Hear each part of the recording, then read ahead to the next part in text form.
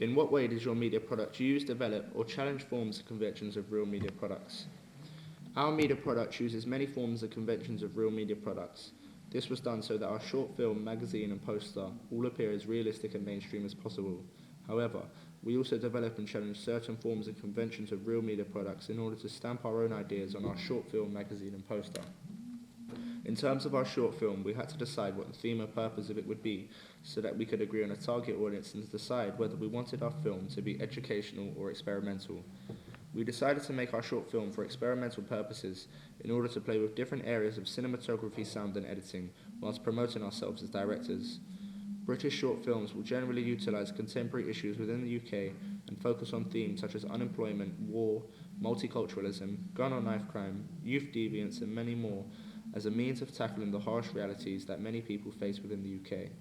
However, our short film moves away from this downbeat and pessimistic tone, avoiding these common themes, as we decided to challenge the conventional purposes of short films by making a short film for the pleasure of viewers and for non-educational purposes. In terms of the narrative structure, we decided to follow the forms and conventions of a short film by incorporating only two main characters, making it subjective due to the time constraints. In a short film, it is vital not to include too many main characters, as the audience are not able to sympathise and relate as much.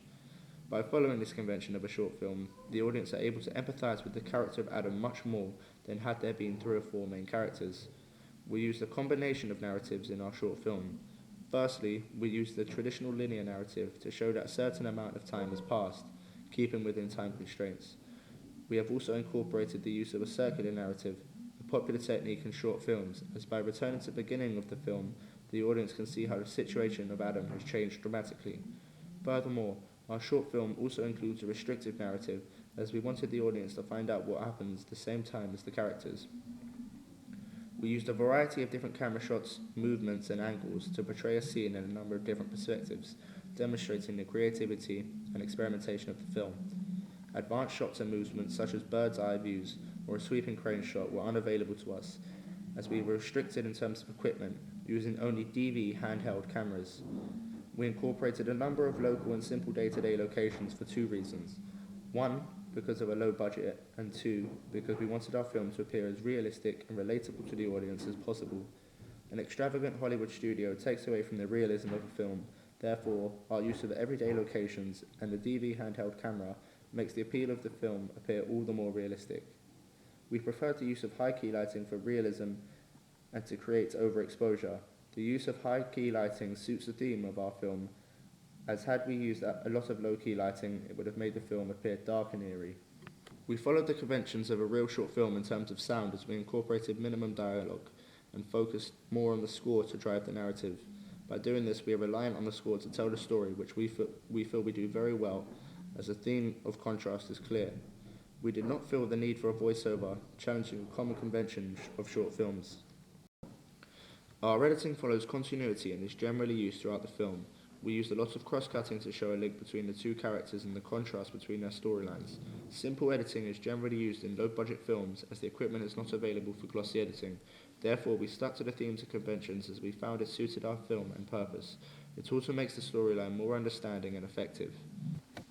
For our film poster, we have stuck to all the themes and conventions of a real film poster, as we wanted it to appear as realistic as possible. We incorporated the use of a title, tagline, names of actors, billing block, images, and BBFC classification, as a real film poster would do. As our film is a romantic comedy, we wanted to follow the conventions of a traditional and iconic poster for a romantic comedy. The poster of Bridget Jones' Diary influenced and inspired our poster greatly, and we incorporated many conventions of this poster, which denotes to the audience that this is a romantic comedy. We used a red font on a white background to denote the theme of romance and love, which is a common technique for romantic comedies. We also decided to have a picture of the stars and the £10 note in order to make it seem more appealing to the audience, as key images within the film are included in the poster. All of these themes and conventions are typical of a feature-length film, and we have challenged the conventions of a short film by making a poster for it, which is generally uncommon. We have also decided to include the actors' names and images, which is unconventional as they are unheard of and are unlikely to attract an audience to watch it. However, the appearance of the actors, in terms of age, is relevant to the target audience. Our magazine follows many of the technical elements included in a real magazine article. We incorporated the use of a main image, subsidiary image with captions, a main text with a breakout paragraph, and a breakout box in order to make it seem as realistic and conventional as possible.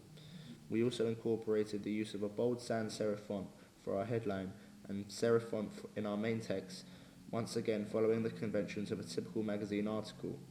In order to appeal to our young audience, we included a star rating and a brief overview of the film, as young people tend to look at all other aspects of an article before reading the actual text. In order to target our female audience, we ensured the pictures used were of a female preference in terms of the theme of romance, and our background image follows the same genre. We gathered inspiration from Total Film and Empire on how to approach our mode of address for a younger audience. The text itself is appropriate for the target audience, as it is easy to read and gives a simple and appropriate overview of the film. We did not want it to appear too in-depth as magazines such as Sight and Sound, as this would not appeal to our target audience.